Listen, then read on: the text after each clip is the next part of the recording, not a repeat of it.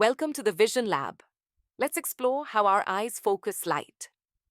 This is a normal, healthy eye, emetropia. Light enters through the cornea and lens, and it focuses perfectly on the retina, the back wall of the eye. Myopia, nearsightedness. Now, let's examine myopia, commonly known as nearsightedness.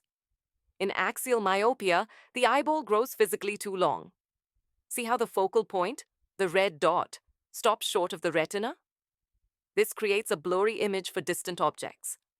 Let's make it worse. Severe myopia requires a stronger prescription.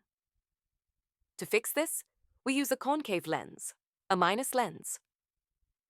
Watch what happens when we apply the lens. The lens spreads the light outward slightly before it enters the eye.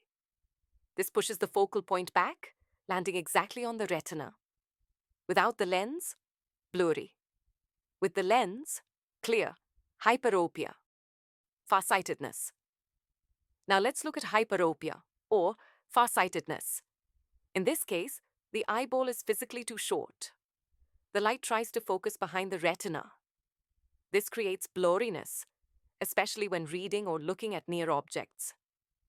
To correct this, we use a convex lens, a plus lens. Let's apply the lens. This lens bends light inward, pulling the focal point forward onto the retina. Conclusion: whether the eye is too long or too short, physics provides the cure. Class dismissed. Feel free to explore the simulation yourself.